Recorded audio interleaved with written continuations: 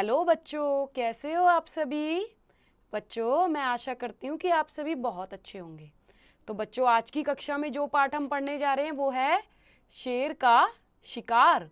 तो बच्चों, इस पाठ में क्या है? इस पाठ में एक व्यक्ति है जो शेर का शिकार करना चाहता है। तो आइए देखते हैं कि वो शेर का शिकार कर पाया या नहीं। चलिए। एक दिन प्रातः काल में पेड़ के एक ठूंठ पर बैठा हुआ प्राकृतिक दृश्य का आनंद ले रहा था। पास में ही कुछ चीतल चर रहे थे। झरने की धीमी धीमी कलकल करती हुई आवाज आ रही थी। उसी समय मुझे चीतल के बोलने तथा भागने की आवाज सुनाई दी। आवाज के साथ ही मैंने देखा कि एक शेर मस्तानी चाल से दाएं बाएं देखता हुआ मैदान के बीच से गुजर रहा है। उसने झरने में पानी पीकर अपनी प्यास बुझाई, छलांग लगाकर झरना पार किया और जंगल में घुस गया। वह शेर वहां से 6 मील दूर एक घाटी में रहता था।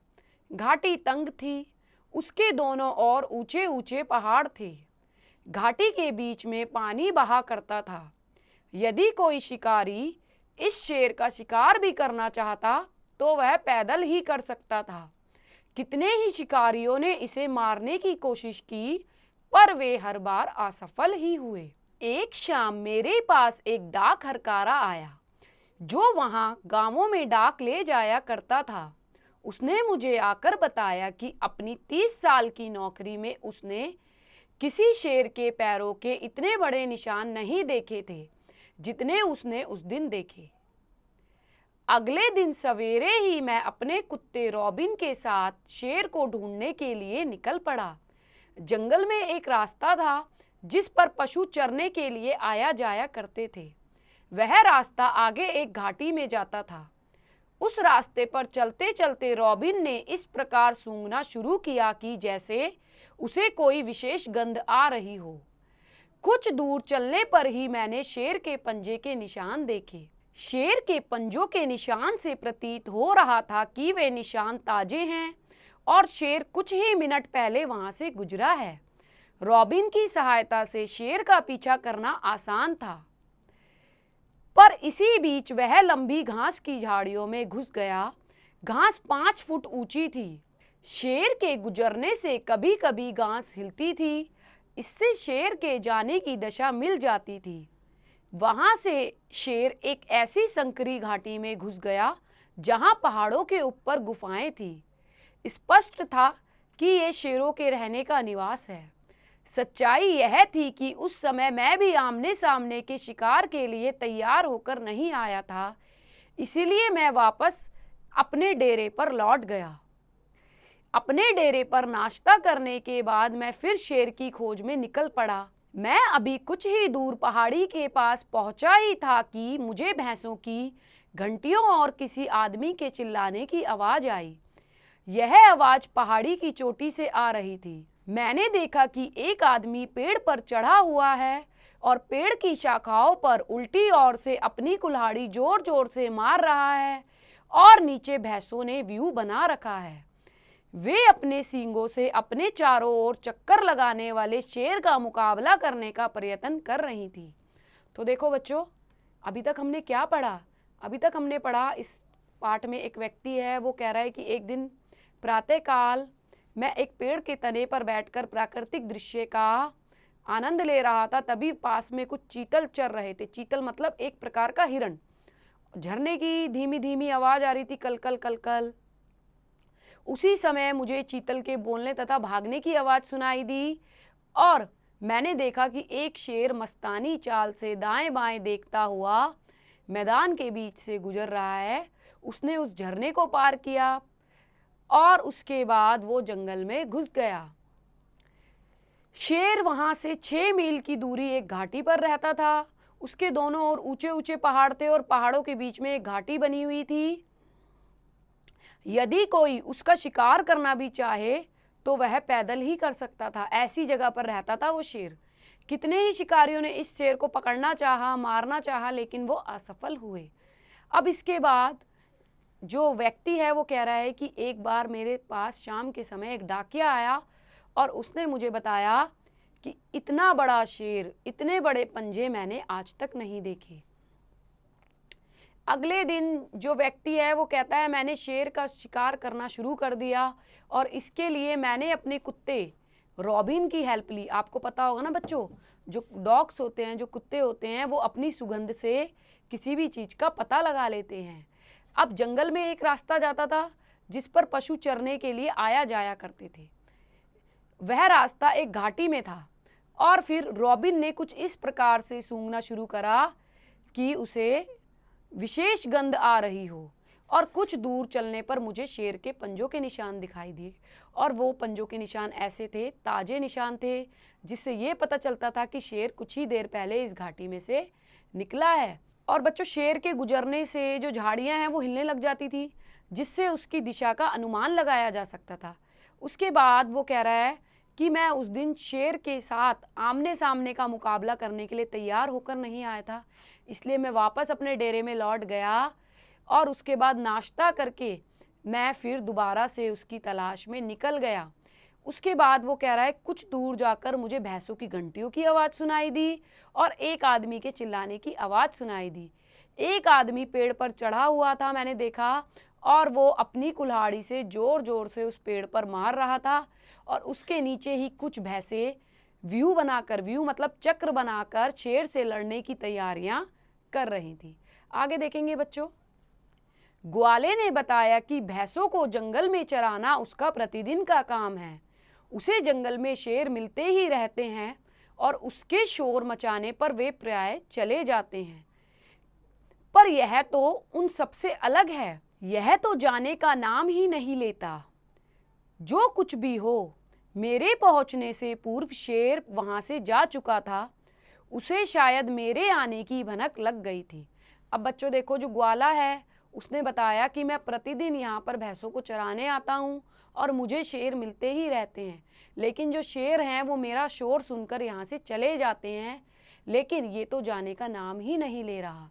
लेकिन जो व्यक्ति है वो कह रहा है कि मुझे पहले ही पता था कि मेरे पहुंचने से पूर्व शेर वहां से जा चुका है। आगे देखेंगे बच्चों।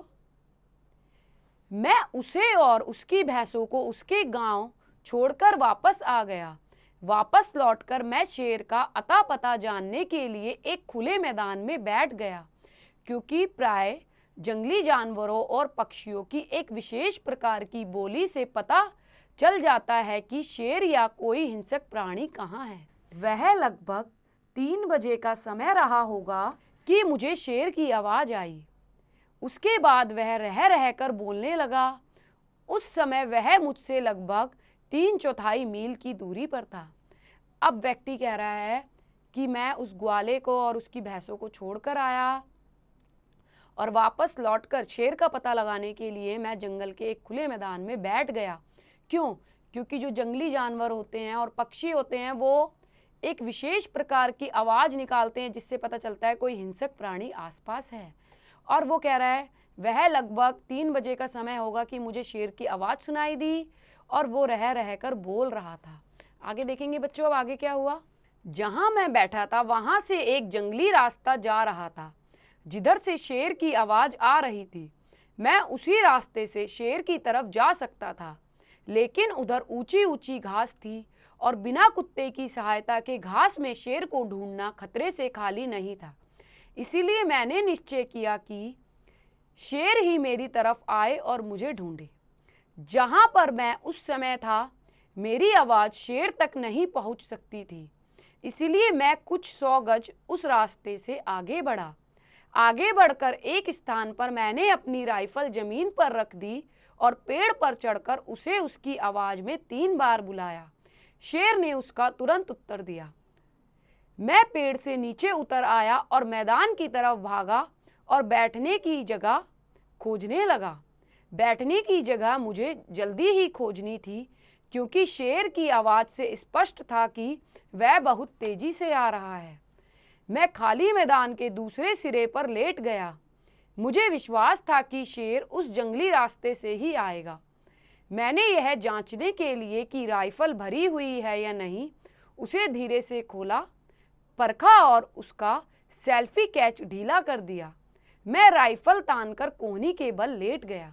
अब बच्चों व्यक्ति क्या कह रहा है? व्यक्ति कह रहा है कि जहां मैं बैठा था वो एक जंगली रास्ता था और शेर की जो आवाज़ है वो वहीं से आ रही थी। मैं उस रास्ते पर आगे की तरफ जा सकता था, लेकिन वहाँ पर ऊंची ऊंची घास थी और दूसरी चीज़ बिना कुत्ते के वहाँ जाना खतरे से खाली नहीं था। इसलिए मैंने निश्चय किया कि मैं आगे नहीं जाऊँगा, शेर को ही आगे आना पड़ेगा। और उस समय मैं जहाँ था वहाँ तक मेरी आवाज़ शेर तक नहीं पहुँच पाती, इसलिए मैं थोड़ा सा आगे बढ़कर एक पेड़ पर चढ़ गया और मैंने शेर को आवाज़ दी और शेर ने भी मुझे उसका उत्तर दिया।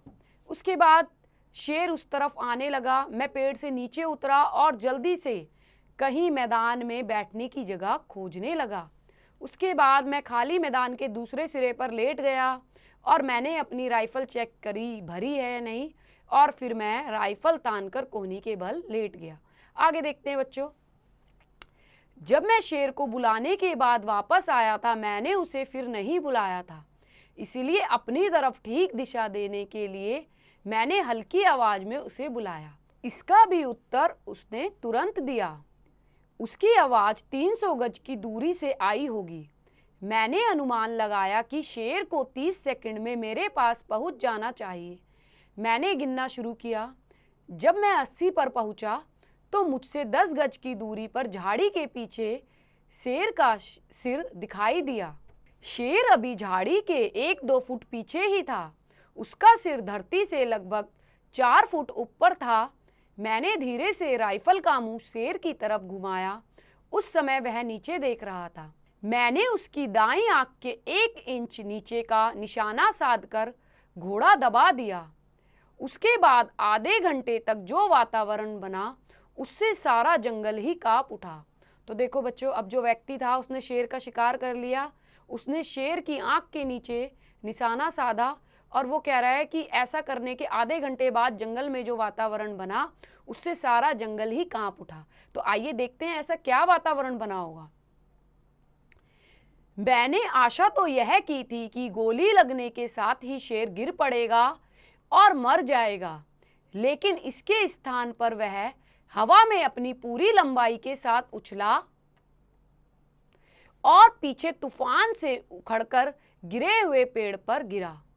पेड़ अभी हरा ही था, वह अविश्वसनीय क्रोध के साथ पेड़ पर टूट पड़ा। उसने उसके टुकड़े टुकड़े कर दिए, मानो वही उसका असली दुश्मन हो। शेर की भयंकर गर्जना से सारा जंगल कांप रहा था। पेड़ की बड़ी बड़ी शाखाएं ऐसे हिल रही थी कि जैसे बड़े तूफान में हिलती हैं। जैसे ही मेरे पास की झाड़ियां हिलती थीं, मुझे लगता था कि वह मुझ पर झपटने ही वाला है, क्योंकि गोली चलाते समय उसने मुझे देख लिया था। मानो ऐसा लगता था कि वो पेड़ ही उसका दुश्मन हो। इसके बाद वो कह रहा है कि जैसे ही झाड़ियां हिलती थी मुझे ऐसा लगता था कि शेर मेरी तरफ आ रहा है, क्योंकि उसने मुझे गोली चलाते हुए देख लिया था। आगे देखते हैं बच्चों, आगे क्या हुआ। मैंने इस डर से कि मेरे जरा से हिलने या आवाज से उसका ध्यान इधर हो जाएगा, राइफल दोबारा भरने की कोशिश ही नहीं की और अपनी अंगुली बाएं घोड़े पर रखे दम साधकर आधा घंटा लेटा रहा। मैं पसीना पसीना हो गया था। अंत में पेड़ की शाखाओं और झाड़ियों ने हिलना बंद कर दिया। शेर का गर्जना भी कम हो गया। अगले आधे घंटे तक मैं भी वैसा ही शांत लेटा रहा। फिर मैंने धीरे धीरे पीछे सरकना शुरू किया। इसी प्रकार 30 गज सरकने के बाद मैं एक पेड़ के पास पहुंचा और उसकी आड़ लेकर खड़ा हो गया। जब मुझे सब शांत प्रतीत हुआ तब मैं अपने घर की ओर चल पड़ा। अब आगे देखो बच्चों, जो व्यक्ति था वो बहुत ज़्यादा डरा हुआ था। वो कह रहा है कि मैं पसीना पसीना हो गया था और जिस तरीके से राइफल पे मैंने हाथ रख रखा था, राइफल पर से मैंने अपना हाथ भी नहीं उठाया कि अगर हल्की सी भी आहट हुई तो शेर मेरी तरफ ही आ जाएगा। अब जो व्यक्ति है वो अपने घर की ओर चल दिया है। आगे देखते हैं बच्चों क्या हुआ। अगले दिन जब मैं शेर की खोज में जंगल जा रहा था, मैंने रास्ते में एक बड़े शेर के पैरों के निशान देखे। इन निशानों से मेरे सामने एक नई समस्या खड़ी हो गई।